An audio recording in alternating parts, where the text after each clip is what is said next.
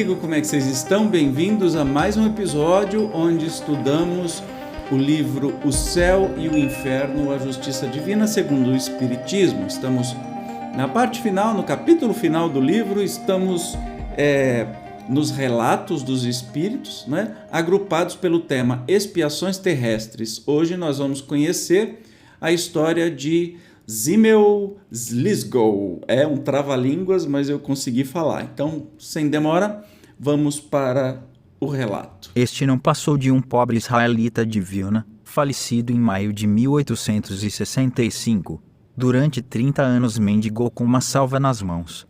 Por toda a cidade era bem conhecida aquela voz que dizia: lembrai-vos dos pobres, das viúvas e dos órfãos. Por essa longa peregrinação Slisgow havia juntado 90.000 rublos, não guardando, porém, para si, um só copeque. Aliviava e curava os enfermos, pagava o ensino de crianças pobres, distribuía aos necessitados a comida que lhe davam à noite, destinava ele ao preparo do rapé, que vendia a fim de prover às suas necessidades, e o que lhe sobrava era dos pobres.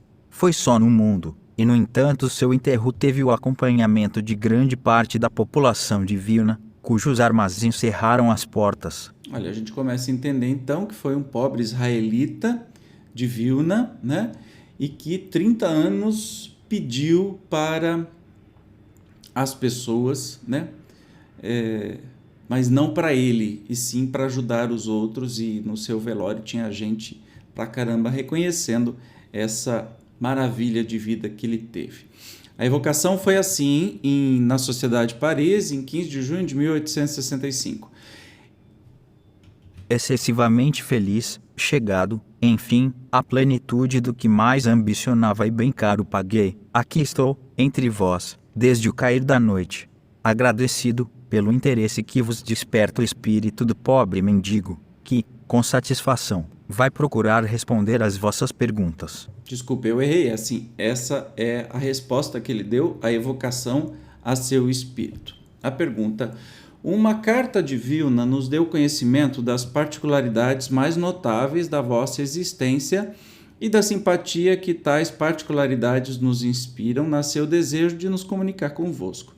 Agradecemos a vossa presença e, uma vez que quereis responder-nos, principiaremos por vos assegurar que muito felizes seremos se, para nossa orientação, pudermos conhecer a vossa posição espiritual, bem como as causas que determinaram o gênero de vida que tivestes na última encarnação. Em primeiro lugar, concedei ao meu espírito, cônscio da sua verdadeira posição, o favor de vos transmitir a sua opinião, com respeito a um pensamento que vos ocorreu quanto à minha personalidade, e reclamo previamente os vossos conselhos, para o caso de ser falsa essa minha opinião. Aí você já começa a ver a humildade da pessoa, né? Ao ser evocado para dizer sobre a sua vida, ainda pede umas palavras iniciais e depois ainda para que as pessoas possam classificar ou dar conselho caso julguem que isso foi falso. Então, vamos lá ao relato. Parece-vos singular que as manifestações públicas tomassem tanto vulto, para homenagear a memória do homem insignificante que soube por seu espírito caridoso atrair tal simpatia. Não me refiro a vós, caro mestre, nem a ti, prezado médium, nem a vós outros verdadeiros e sinceros espíritas. Falo, sim, para as pessoas indiferentes à crença, pois, nisso, nada houve de extraordinário. A pressão moral, exercida pela prática do bem, sobre a humanidade, é tal que, por mais materializada que esta seja, inclina-se sempre, venera o bem, a despeito da sua tendência para o mal. Agora, as perguntas que, da vossa parte, não são ditadas pela curiosidade, mas simplesmente formuladas no intuito de ampliar o ensino. Visto que disponho de liberdade, vou, portanto, dizer-vos, o mais laconicamente possível, quais as causas determinantes da minha última existência. Faz muitos séculos, vivia eu com o título de rei, ou, pelo menos, de príncipe soberano. Dentro da esfera do meu poder relativamente limitado, em confronto com os atuais estados, era eu, no entanto, absoluto senhor dos meus vassalos, como dos seus destinos, e governava-os tiranicamente, ou antes, digamos o próprio termo, como algoz, dotado de caráter impetuoso, violento, além de avaro e sensual, podeis avaliar qual deveria ter sido a sorte dos pobres seres sujeitos ao meu domínio.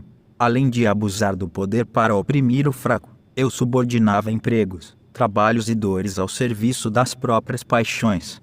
Assim, impunha uma dízima ao produto da mendicidade, e ninguém poderia acumular sem que eu antecipadamente lhe tomasse uma cota avultada dessas sobras que a piedade humana deixava resvalar para as sacolas da miséria. E mais ainda, a fim de que não decrescesse o número de mendigos entre os meus vassalos, proibia aos infelizes darem aos amigos, parentes e fâmulos necessitados a parte insignificante do que ainda lhes restava. Em uma palavra, foi tudo quanto se pode imaginar de mais cruel em relação ao sofrimento e à miséria alheia. No meio de sofrimentos horrorosos, acabei por perder isso a que chamais vida, tanto que minha morte era apontada como exemplo aterrador a quantos como eu, posto que em menor escala tinham o mesmo modo de pensar. Então, este espírito generoso, caridoso, que não teve absolutamente nenhuma vontade de, na última encarnação, de acumular dinheiro para si mesmo, e sim tudo que pedia e ajudava os outros, ele foi exatamente o contrário em encarnações anteriores, né? De ser algoz, de ser avaro, de ser mesquinho, de ser dos mais baixos sentimentos que podem existir, inclusive com pessoas, mendigos da época, que ele não deixava nem que os seus funcionários pudessem doar alguma coisa para as pessoas que precisavam. Então você imagina como é que era, mas ele continua aqui o relato. Como espírito, permaneci na erraticidade durante 3 séculos e meio, e, quando ao fim desse tempo compreendi que a razão de ser da reencarnação era inteiramente outra que não a seguida por meus grosseiros sentidos, obtive a força de preces, de resignação e de pesares a permissão de suportar materialmente os mesmos sofrimentos que infligira, e mais profundamente sensíveis que os por mim ocasionados. Obtida a permissão, Deus concedeu que por meu livre arbítrio aumentasse os sofrimentos físicos e morais. Graças à assistência dos bons espíritos, persisti na prática do bem, e sou-lhes agradecido por me terem impedido de sucumbir sob o fardo que tomara. Finalmente, preenchi uma existência de abnegação e caridade, que por se resgatou as faltas de outra, cruel e injusta. Nascido de pais pobres e cedo orfanado, aprendi a ganhar o pão numa idade em que muitos consideram incapaz o raciocínio. Vivi sozinho, sem amor, sem afeições, e desde o princípio suportei as brutalidades que para com outros havia exercido. Dizem que as somas por mim esmoladas foram todas destinadas ao alívio dos meus semelhantes. É um fato inconcurso, ao qual, sem orgulho nem ênfase, devo acrescentar que muitíssimas vezes, com sacrifício de privações relativamente imperiosas, aumentava o benefício que me permitiam fazer a caridade pública. Desencarnei calmamente, confiando no valor da minha reparação, e sou premiado muito mais do que poderiam ter cogitado as minhas secretas aspirações. Hoje, sou feliz, felicíssimo, podendo afirmar-vos que todos quantos se elevam serão humilhados, como elevados serão todos quantos se humilharem. Olha que interessante, depois da encarnação errática, ruim que ele teve, ele ficou 3 séculos e meio na erraticidade, ou seja, na intermissão, no período do mundo espiritual, aprendendo, tentando, planejando, para depois ter essa encarnação que ele fez tudo certinho, se doou e deu até o seu próprio sustento para aliviar o sofrimento de outras pessoas, e teve um desencarne tranquilo com a sensação de missão cumprida, né? Olha que legal, a gente tem as oportunidades e a gente mesmo escolhe os nossos meios de recuperação. A pergunta: tende a bondade de dizer-nos em que constituiu a vossa expiação no mundo espiritual e quanto tempo durou, a contar da vossa morte até o momento da atenuação por efeito do arrependimento e das boas resoluções. Dizei-nos também o que foi que provocou a mudança das vossas ideias no estado espiritual. Boa pergunta, hein? Essa pergunta desperta-me muitas recordações dolorosas. Quanto sofri eu, mas não que me não lamente, apenas recordo. Então a gente vai entender aí o que ele fez, né? Já que desencarnou, você entendeu a pergunta? Já que desencarnou, o que aconteceu nesses 3 séculos e meio e quanto tempo ele demorou para se arrepender disso? Vamos ver. Quereis saber a natureza da minha expiação? Pois ei lá na sua terrível hediondez. Carrasco que fui de todos os bons sentimentos, fiquei por longo tempo preso pelo perispírito ao corpo em decomposição. Até que esta se completasse, vi-me corroído pelos vermes, o que muito me torturava, e quando me vi liberto das peias que me prendiam ao instrumento do suplício, mais cruel suplício me esperava. Depois do sofrimento físico, o sofrimento moral muito mais longo. Fui colocado em presença de todas as minhas vítimas. Periodicamente, constrangido por uma força superior, era eu levado a rever o quadro vivo dos meus crimes. E via física e moralmente todas as dores que a outrem fizera sofrer. Ah, meus amigos, que terrível é a visão constante daqueles a quem fizemos mal. Entre vós, tendes apenas um fraco exemplo no confronto do acusado com a sua vítima. Aí tendes, em resumo, o que sofri durante 3 séculos e meio, até que Deus, compadecido da minha dor e tocado pelo meu arrependimento, solicitado pelos que me assistiam, permitisse a vida de expiação que conheceis. Então, 3 séculos e meio, ficou grudado no corpo, materialista que era, até se decompor completamente, então isso vai muito tempo, e aí depois foi colocado em presença das suas vítimas e começou o sofrimento moral, até que um princípio de arrependimento, junto com a ajuda de outros espíritos, ele foi permitido outra encarnação. Pergunta: algum motivo particular vos induziu à escolha da última existência subordinada à religião israelita? Não escolhi por mim só, mas ouvi o conselho dos meus guias.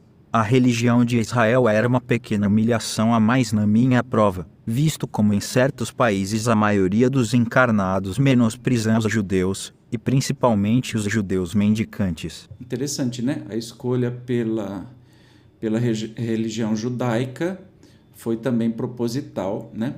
Para que ele tivesse mais ampla lição. Pergunta: na Terra, com que idade começastes a vossa obra de expiação?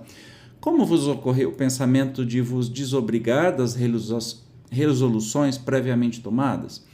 Ao exercer tão abnegadamente a caridade, tereis a intuição das causas que a isso vos predispunham? Meus pais eram pobres, porém inteligentes e avaros. Moço ainda, eu fui privado da afeição e carinhos de minha mãe. A perda desta me causou tanto maior e fundo pesar, quanto meu pai, dominado pela avidez de ganhos, me abandonava por completo. Quanto aos meus irmãos, todos mais velhos do que eu, não pareciam aperceber-se das minhas mágoas. Foi um outro judeu quem, movido por sentimento mais egoístico do que caritativo, me recolheu em sua casa e me ensinou a trabalhar. O que isso lhe custara era largamente compensado pelo meu trabalho, aliás excedente muitas vezes às minhas forças. Mais tarde, liberto desse jugo, trabalhei por minha conta. Mas em toda parte, no trabalho como no repouso, perseguia-me a saudade de minha mãe, e, à medida que avançava em anos, a lembrança desse ser mais fundamente se me gravara na memória, lamentando em demasia a perda do seu amor e do seu zelo. Não tardou fosse o único dos meus, pois a morte em breve, dentro de meses, ceifou-me toda a família. Então, principiou a manifestar-se-me o modo pelo qual havia de passar o resto da vida. 2 dos meus irmãos deixaram órfãos, e eu, comovido pela recordação do que como órfão sofrera, quis preservar os pobrezinhos de uma juventude igual à minha. Não produzindo o meu trabalho suficiente para sustentá-los a todos, comecei a pedir esmola, não para mim, mas para outros. A Deus não aprazia vir seu resultado, a consolação dos meus esforços, e assim foi que também os pobrezinhos me deixaram para sempre. Eu bem vi o que lhes faltava, era a mãe. Resolvi, pois, pedir para as viúvas infelizes que, sem poderem trabalhar para si seus filhinhos, se impunham privações fatais, que acabavam por matá-las, legando ao mundo pobres órfãos, abandonados e votados aos tormentos que eu mesmo suportara. A esse tempo contava eu 30 anos, e nessa idade, saudável e vigoroso, viram-me pedir para a viúva e para o órfão. Penosos me foram os primeiros passos a suportar mais de um epíteto deprimente, quando, porém, se certificaram de que eu realmente distribuía pelos pobres o que recebia. Quando souberam que a essa distribuição ainda juntava as sobras do meu trabalho, então, adquiri certo conceito que não deixava de me ser grato. Durante os 60 e alguns anos de encarnado, jamais deixei de atender à tarefa que me impusera. Também jamais a consciência me fez sentir que causas anteriores à existência fossem o móvel do meu proceder. Um dia somente, e antes de começar a pedir, ouvi estas palavras: não façais a outrem o que não quiserdes que vos façam.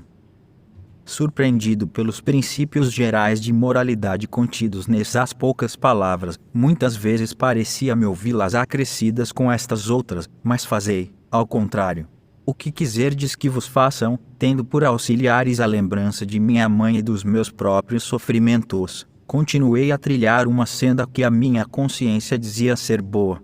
Você percebe que a vida inteira é muito, muito difícil, né? Ele conclui: vou terminar esta longa comunicação dizendo obrigado. Imperfeito ainda, sei, contudo, que o mal só acarreta o mal e, de novo, como já o fiz, dedicar-me-ei ao bem para alcançar a felicidade.